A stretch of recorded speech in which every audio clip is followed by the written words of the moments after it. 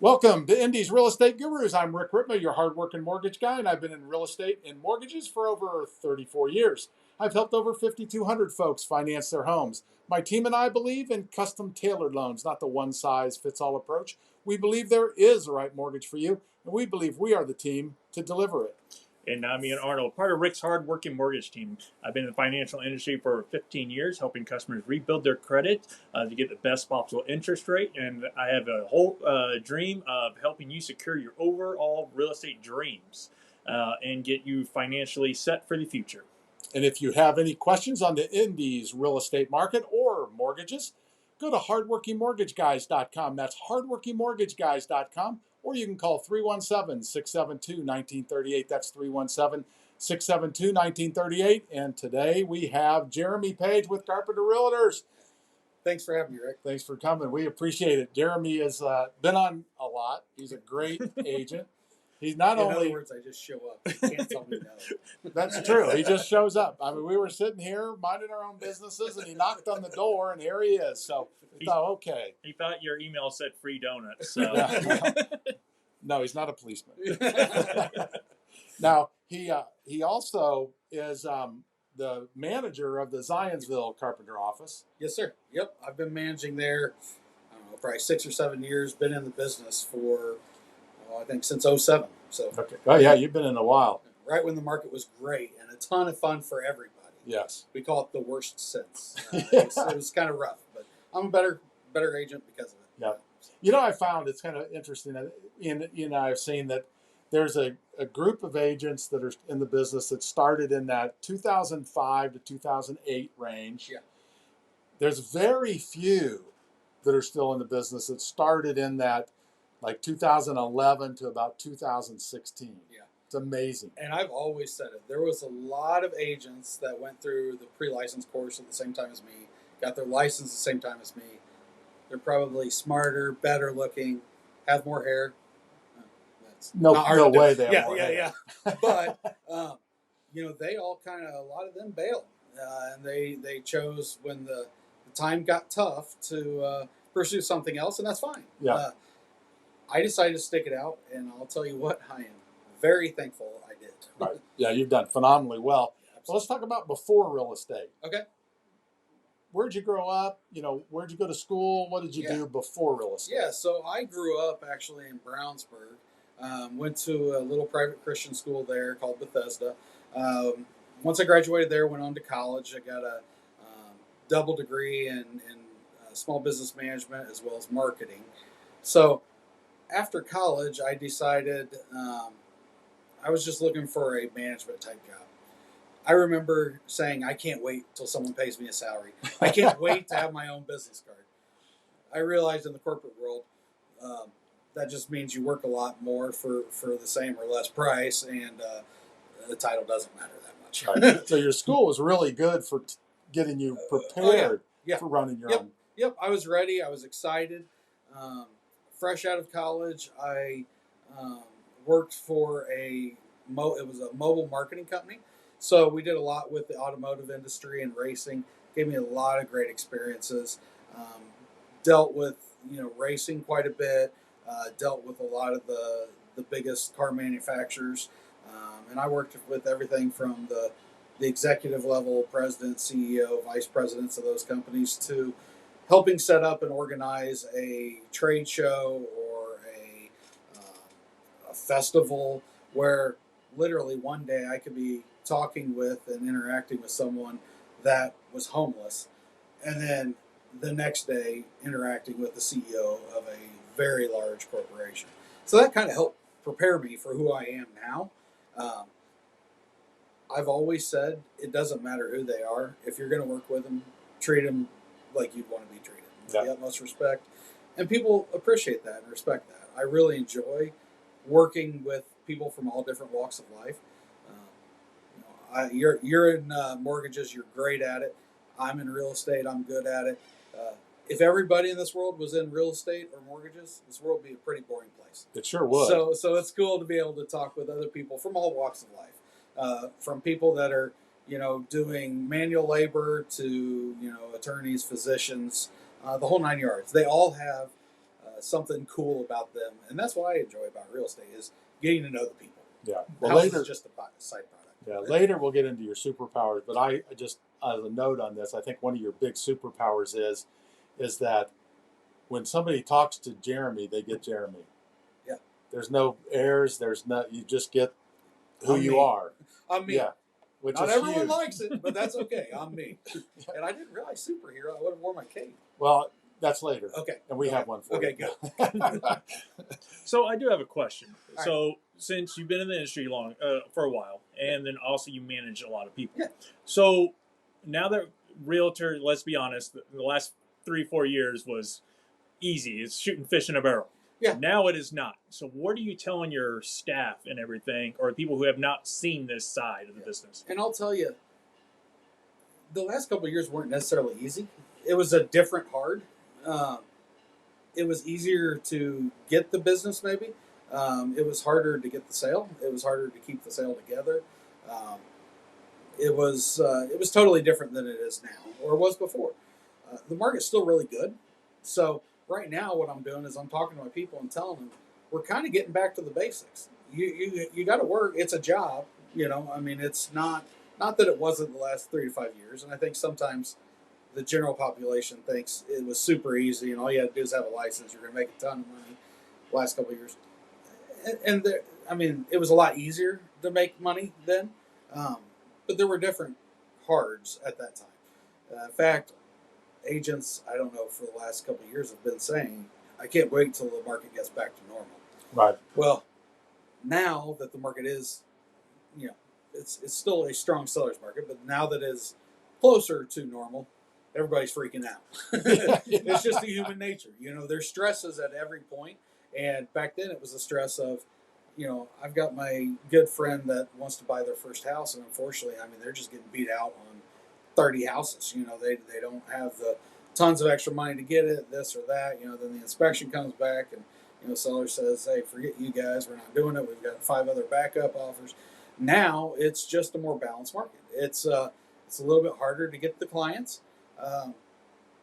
We're seeing some fall throughs, because of the extreme market and the values that have gone up a lot. But really, I'm just telling my agents, you got to work. And there's a lot of different ways to work. Before we got on here, we were talking about, there's agents out there that only do social media and they do very well in real estate. There's other agents that don't ever use social media and they do very well. So once again, there is no one size fits all. It's the same thing with mortgages or any small business. You're marketing and you're pursuing who you're going to work with. It can come from a number of different directions. If an agent loves horses and wants to, work with other people who love horses, then great. It won't feel as much like work when you're working with other people that you enjoy being around. So. Yeah. So when you got, I'm going backwards a little bit. When you got through with, you got school, you were working for a awesome place where you got to deal with racing and like my dream. Yeah. And then you decided, okay, I'm going into real estate. I love the story about how you got into real estate. So how did you get into real estate? What was it that burning desire to get into real estate that drove you into it? Yeah. All right. I'll tell you about that. But going back to your dream real quick, they didn't reward living that dream at the working with the race teams and stuff like that by a high salary. Yeah, well, I wanted to drive, but I was too big. Yeah. So it wasn't going to last forever. I really enjoyed it, and I am who I am today because of it. Yeah, taught you a lot. Yeah, absolutely. But, so I, getting into real estate, some people come in and say, I've always dreamed about real estate. I love fancy houses. I don't think that's a good reason to be in real estate, by the way. But I had a friend who was taking the real estate course, and they told me, hey, Jeremy, I don't think I'm going to pass it. If I don't pass it, you've got to take it with me next time. And me, being a young, dumb kid, just said, okay. I'm glad I said okay. So unfortunately, they did not pass. And so I guess, fortunately for me, they did not pass. So I took it that next time. Passed it, was thinking, hey, I'll just do this on the side. Corporate downsizing, things, jobs looked a lot different. I said, well, I'll give this real estate stuff a try. And when I do something, I want to do it wholeheartedly and to the best of my ability. And I did that, and I focused on it. And um, I was definitely not getting rich then, but I was doing a lot better than a lot of my peers because I was just hustling. I was working crazy hours. I was working all the time. That was before I was married, before I had kids. I had more free time on my hands, and that free time got dedicated to real estate, which, come to find out, I really love doing. Right. So I enjoyed it. I think that's a great lesson for people. It's why I wanted you to tell it, because so many people are told find something you're passionate about and go do it. Yeah. But the another way to do it is go find something to do and get passionate about it. Absolutely. Fall in love with it. I have never chosen. Okay, the first when I went into car sales, I did choose it because I love cars. Right. So other than that, I've never chosen a career because it was what I loved to do. I chose it, and I found out I loved it. Yeah. Right. Yeah. Well, and I'll tell you, when I talk to people, or if I'm interviewing an agent or something, a lot of times people don't know what real estate's like, and they say, "Oh, I love looking at houses. I've always had an interest in houses." The real world is you need an interest and a love for people, and then you'll do fine. Houses, I've been in some of the most beautiful homes in Indiana. I've been in some of the dumpiest homes in Indiana. To me, it doesn't matter. It's all about my client. So Right. that's, for me, the main driver of this. If you absolutely hate people, then it's probably not going to work for you to be It's in a real bad. estate. It's a Yeah, bad career. exactly. Yes. Yeah. So, Yeah. I think it is a relationship business for sure. that people get into because they love houses, and those who, if that's the only thing they have, that they don't tend to make it. So how do you help somebody with, you have a big team, bunch of agents there at the Zionsville office, you hire people in. So how do you help, like, especially a new agent, work through that and see what it's really like, or at least what should they look at? Maybe that's a better question. When somebody's new looking to get in, what should they think about? They should come talk to you, but what should they want to learn so that they know it's the right career? Well, lots of conversations, and it's just like mortgages. We have agents who from all walks of life that have done very successful. Teachers, we've had physicians, we've had all kinds of walks of life that have done very well in real estate. Nurses. Um, Ultimately, they need to talk it out and realize, for one, it is a job. It is work. It's not a get rich quick scheme. You can make a good living in real estate if you're willing to do the work that it takes to make a good living in real estate, just like you can in anything else. Right. Most things, if you put in enough effort and enough work, you can make a good living at. I need to, I have a conversation with those people and kind of talk through, see what we call it the previous life in real estate. What did you do before real estate? Um, what is your passions? If it's just houses, then just catch a couple episodes of HGTV, on the weekend, and that'll give you your fix. Because the real world is, we're working for our clients, we're not working for the house, and so, um, is there times you'll go in and appreciate a house? Absolutely. Is there times you'll go in and think, there's no way I'd ever live in this house? Absolutely. But it doesn't matter. It's not about me as the agent or Right. that agent. So they need to just know that it is a people business. Um, it has always been a people business, and it's a relationship game. Yeah. So if somebody want to get a hold of you, either to buy, sell real estate, or maybe want to talk to you about coming over to the Carpenter Zionsville office, Yeah. what's the best way? So my cell phone for a call or a text is 317-413-5311. You can also find me at yourrealtorjeremy.com, and all my contact info is there. Yeah, yourrealtorjeremy.com. Yes. Perfect. And to get a hold of Ian or I, go to hardworkingmortgageguys.com. That's hardworkingmortgageguys.com, or you can call 317-672-1938. That's 317-672-1938. And thank you for listening to Indy's Real Estate Gurus. The gurus we interview share valuable insights. They reveal their strengths, personalities, and how they'll work for you. While we hardworking mortgage guys secure your best mortgage, real estate gurus work hard too. They avoid problems the amateurs don't see. They listen. They find unrealized opportunities. If you're even thinking about buying or selling a home, keep listening and definitely call one of Indy's Real Estate Gurus. All right, Jeremy. So last time we did ask you what you did for fun and everything, so I'm not going to ask that question. Okay.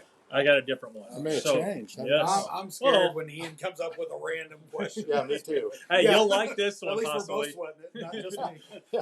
What was your favorite toy growing up? Favorite toy growing up? I'll be honest. I was a typical '90s kid, and it was a basketball. You know, I Yep. was just always out in the neighborhood playing basketball. I remember when I was real little, I got a Nintendo or something for Christmas. Out in school for about a half hour or something, and then I was back wanting to play basketball. So, Your parents had the same mindset as mine probably did. Is, yeah. it's nice outside, get outside. Yeah, And they exactly. lock the door. Yep. You want water? There's the hose. Yep. And you can tell, I mean, right now, I think I lie and tell people I'm 5'10". I'm really not that tall, but I'm like 5'8", maybe. I don't know. But I didn't have much of a career coming up playing basketball. It was something I enjoyed, and it was to hang out with the neighborhood kids. I've always been about relationships. Even when I look back, even when I was a little kid, hey, let's get all the neighborhood kids. Let's go out there and shoot some hoops or goof around. It's a nice thing about playing in the neighborhood. Yeah. You don't have to be 6'9". No, right, exactly. Yeah. Some of them were, but it's okay. You don't have to be. Yeah, right. And since you can, foul and they don't always get the call, you can. I'm very good at street basketball. Yeah, that's Football with a basketball. That's kind of the way I important. look at it. Well, Ian's he loves basketball. That's his thing. He Okay. plays basketball all the time. Okay, yeah. Yeah. He thinks he's 18. One of these days you'll realize, Al, that hurt. Oh, I trust am me. not 18 anymore. There are times that I do remember it. Was it?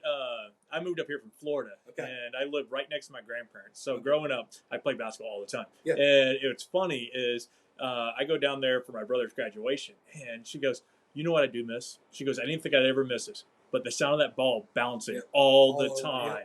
She goes, "It was sun up to sundown," and I'm like, "Yeah." She goes, "I do miss that." That's cool. That's cool. So I know Rick loves to ask his question, so we'll get to that here in a second. Okay. But so what do you look for when you actually are looking to hire somebody? What do I look for? I look for someone that's willing to be open and learn, and somebody who is willing and focused on the people. I want someone that's going to fit in well with our team, and that's most agents. If they're good with people, they can be good with the other agents. But we've worked really hard, and I know it's cliche to say, but Carpenter and specifically my office that I talk about, we have a very family type environment, and I want everybody getting along with everyone. And we've got a lot of great people at varying levels of years in the business and experience that are all happy and open to share with everybody else. I think that's important because I've worked at other jobs where I was miserable and I dreaded going into work, and I refuse to have that kind of atmosphere in my office. And so if someone's not going to fit that mold, they're just not a good fit for us. That doesn't mean they're a bad person. Doesn't mean whatever. It just means we shouldn't work together because I want to focus on my agents there and make sure it's a cohesive group. Yeah, I think that's extremely important. That I've left jobs because I just didn't like them anymore. Yeah. That was gone. The camaraderie, the fun was gone. But I also think it's extremely important for anybody really, that they have mentors when they get into the business or when they're in the business. And I think that's one of the real values is you have tons of experience and you're able to communicate how to do things, but you also have a whole team around you that's also extremely Absolutely. And if they'll share, that separates you. Yeah. No, absolutely. And I've only been with Carpenter. I've hired a lot of people from other brokerages. I've talked to a lot of other people from other brokerages, got a lot of friends at other brokerages. From what I understand, it is pretty unique. Something that we hate now is post-COVID. Our office used to be moving, hustling. Everybody was around all the time. It's the office isn't near as well attended, and I kind of miss those people. I was used to seeing them all the time, and then COVID happened, and now there's still people that come in and go, but it's more in and out a lot, and so I don't get to see them. I don't get to build that strengthen that relationship I have with them as much as I was able to, pre-COVID. Yeah, but you probably don't want them showing up in their pajamas like a lot of works we're starting to see. Yeah, no. You got to be professional. I made Ian stop wearing his pajamas. Yeah, exactly. I said, that's it. No Yep, more. yep. Don't like that. But I understand why people want to stay at home. Yeah, okay? I do too. But you're not. What you're saying is on how you miss, but they miss, in my opinion, much, much, much, much more than they realize. And I agree. And we've had lots of conversations with this. And it's not just my office. It's not just Carpenter. It's not just real estate. I mean, it's a real thing out there. And I understand. We are very mobile. There are times where you're on different sides of town and you got to be efficient with your time. There's no point in driving around for 2 extra hours. But you miss out on the camaraderie. You miss out on knowledge that you don't even realize that you're soaking up from other stuff that's going on there in the office. You miss out on, to an extent, the feeling of belonging. As a independent contractor, which realtors, for the most part, are, it's easy to get sidetracked when you're at home working. It's easy, and some people are really good at it. Some people say they're really good at it or really horrible at it, and then there's some people that are just like, "Oh, I'm horrible at it," and admit it. But it's easy to get distracted when you're at home, and the dog wants to run out, the kids want lunch, the whatever. Oh, I need to do laundry, I need to clean, I need to do this, I need to do that.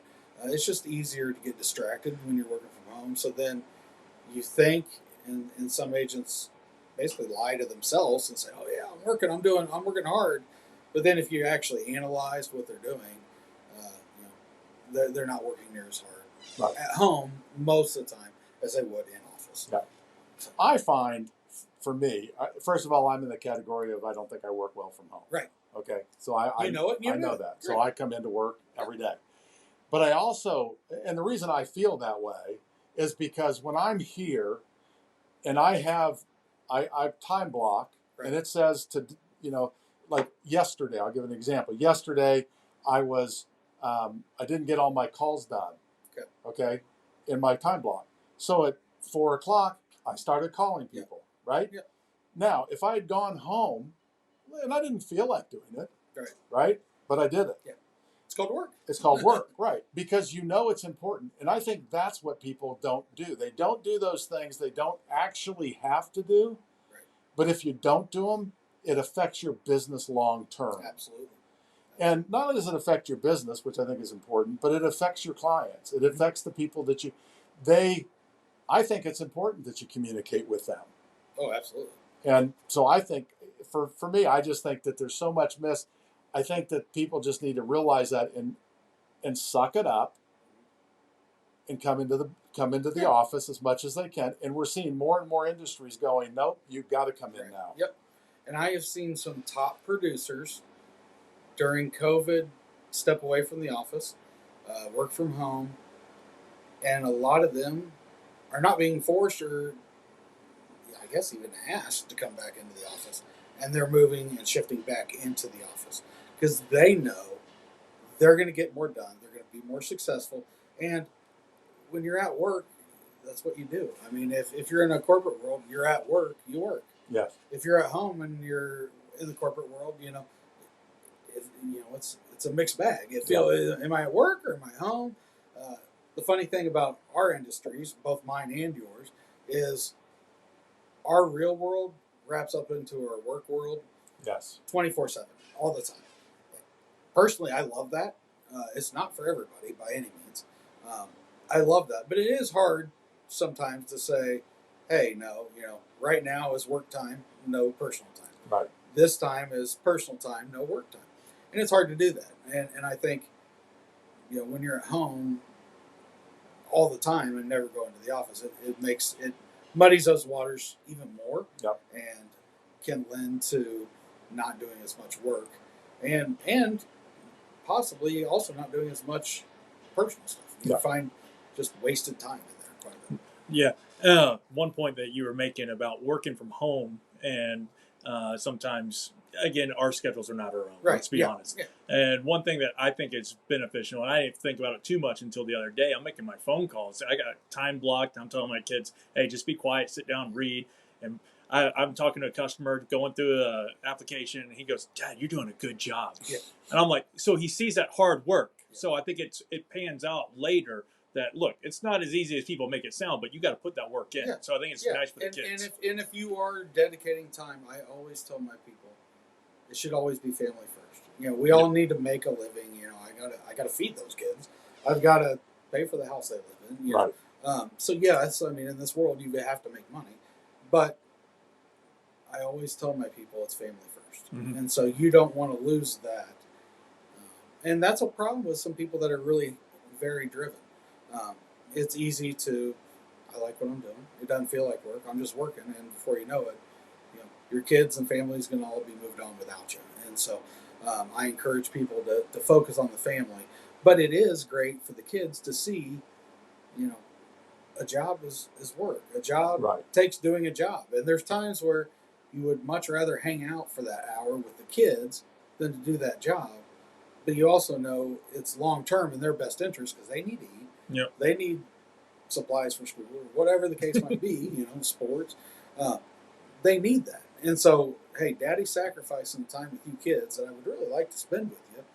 But right now, I need to focus on my work. Right. And so I've got to make a living. That is something that is hard for me in the summers when I'm at home.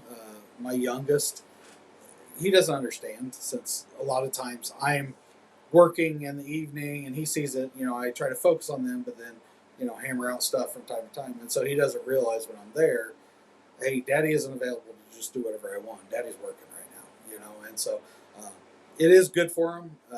As he gets older, he'll understand and appreciate that. But it's also cool for you, Ian, as the parent, to hear that from your kid. Hey, good job, Dad. You're doing a great job. Because there's something about there's reward to that, to you, just hearing your kids. Yeah, because Rick never says that to me. Yeah, so well, at least get it from my son. Yeah. So I promise the real world I will tell you if I see it. Yeah. So the real world doesn't think he's good, but at least the 8-year-old does. Hey, I'm still the hero. Yeah, that's what matters. Is your kids are looking up to you, right? Well, yeah, you think me saying it would make anywhere near the impact that the son said it? Yeah, no way. And it should. Yeah.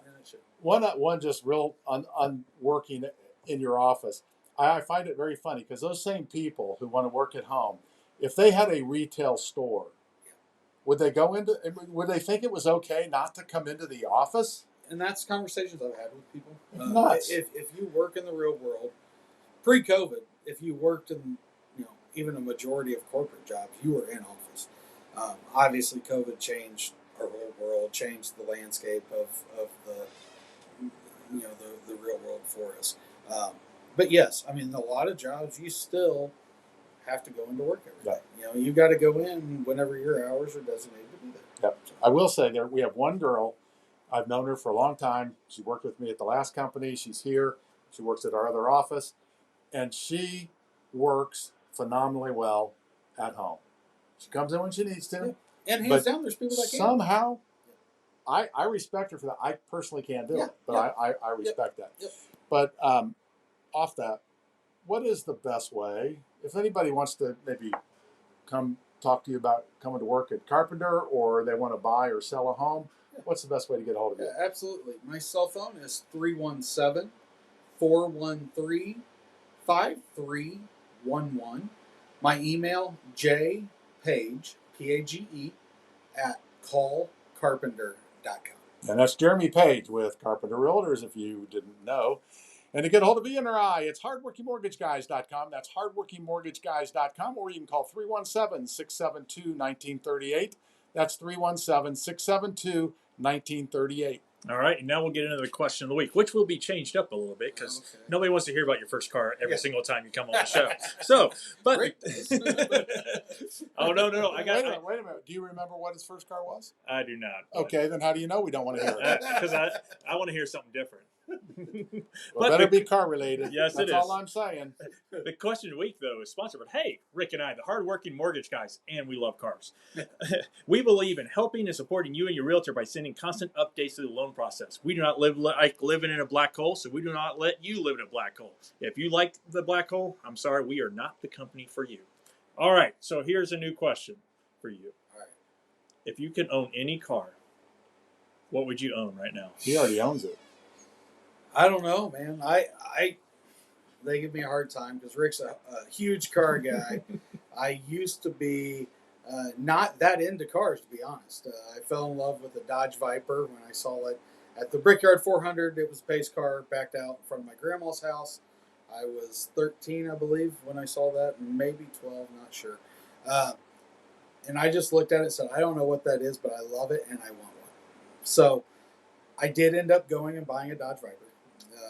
That's expanded my appreciation for cars. So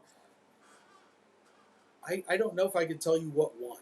I've got quite a few, but Well, let's hear a few. Well, I love this. I- This is I- music to yeah. my ears, so Yeah. you know.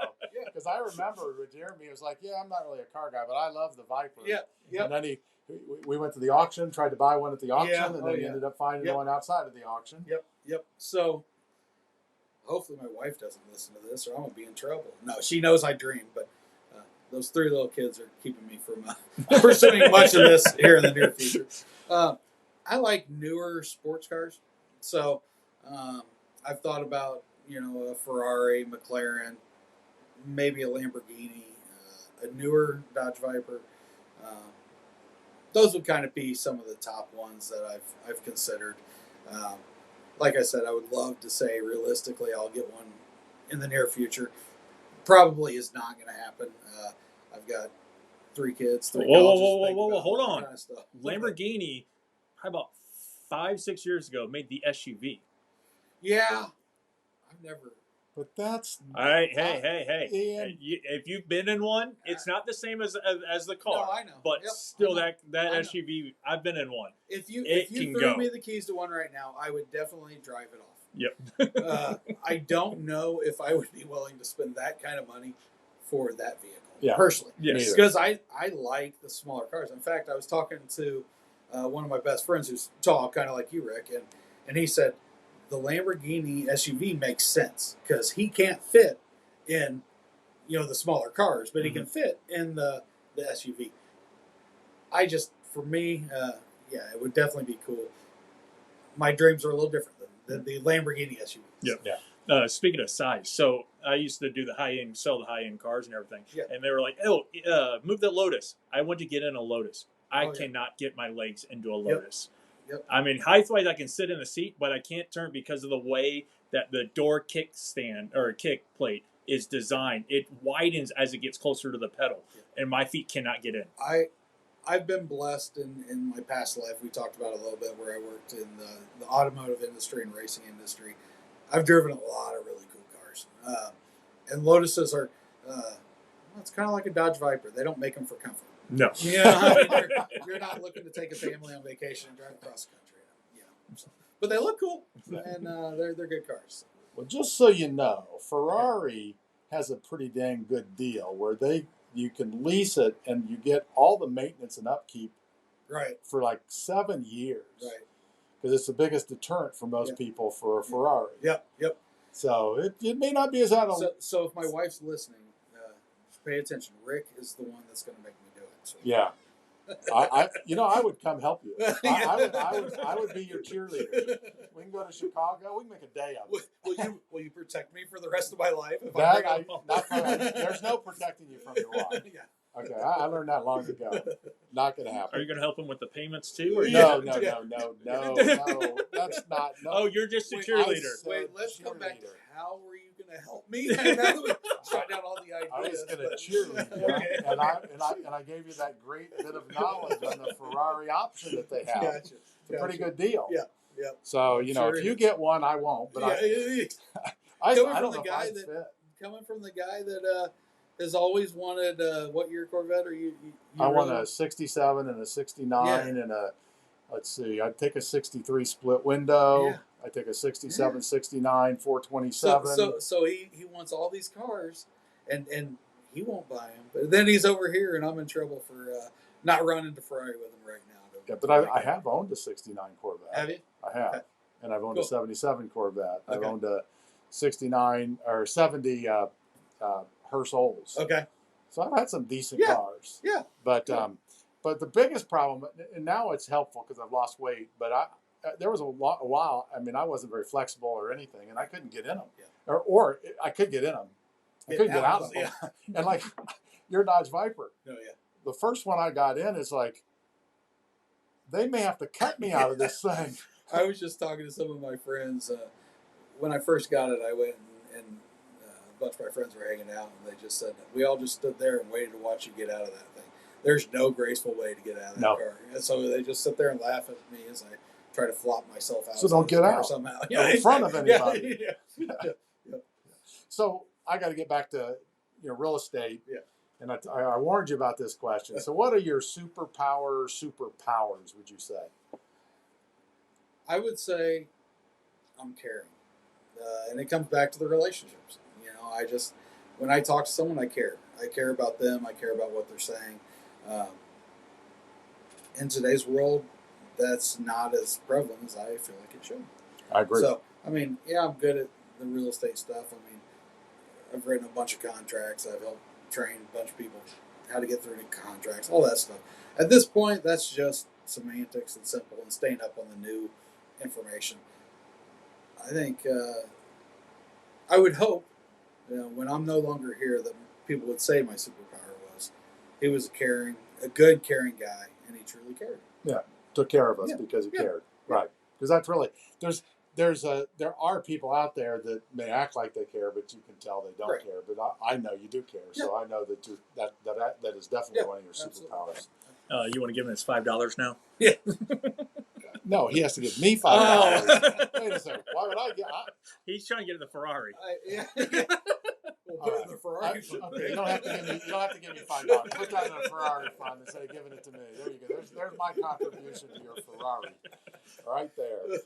All right. So you've been in the industry for a long time. So I'm kind of curious. How have you seen, let's say, when you first got into a first-time home buyer, buying a home, transition into either wealth and mental state over the time, even purchasing a second or third home? I'll tell you what, this is super cool. And when I think back to when I first started, it was a foreclosure debacle out there. It was crazy, people were buying houses for, let's just say some of the houses I sold were $100,000. Some of them were less, some were a little more.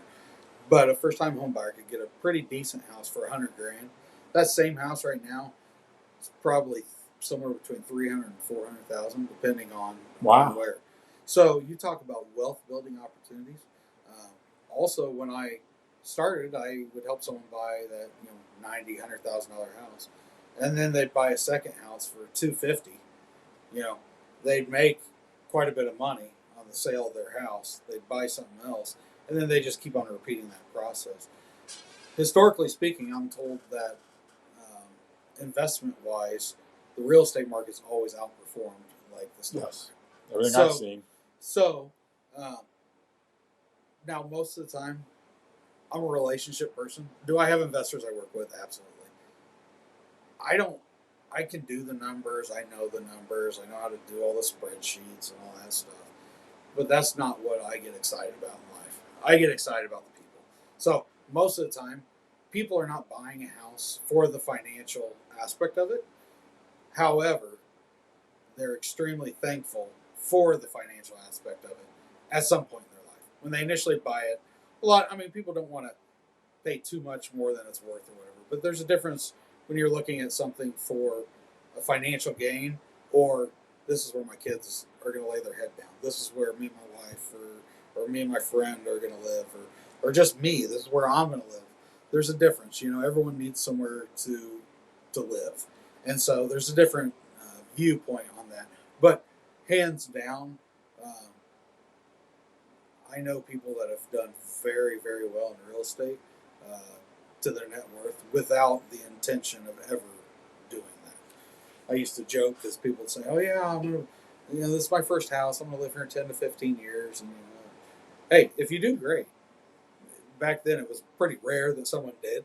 Um, we'll have to see what the new world looks like with the changing interest rates and the volatility and everything, and the increased values and all that stuff. But historically speaking, people were in their houses 5 to 8 years or something like that, and so they buy their forever home, at 22 years old, and forever home lasts until they were 25, and then they got their next forever home, and that lasts until they were 32. And then, so, but yes, I do know a lot of people who've really added to their net worth, and it's exciting to me because it's providing for them and their kids, their family, or their legacy as they move forward and move on in life, without ever the intention or the stress of, I got all this money in the stock market, and now the stock market's down. I just lost hundreds of thousands of dollars yesterday, and this is just, you always have to have somewhere to put your head. Are you watching my?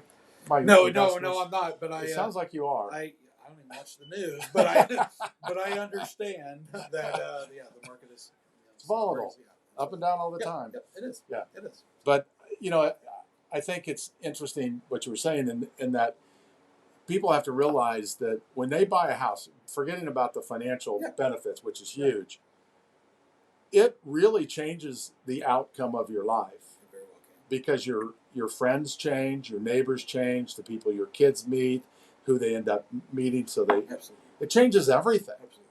Absolutely. And if you're buying, and I know you're a great lender who cares about your people, and I care about my people.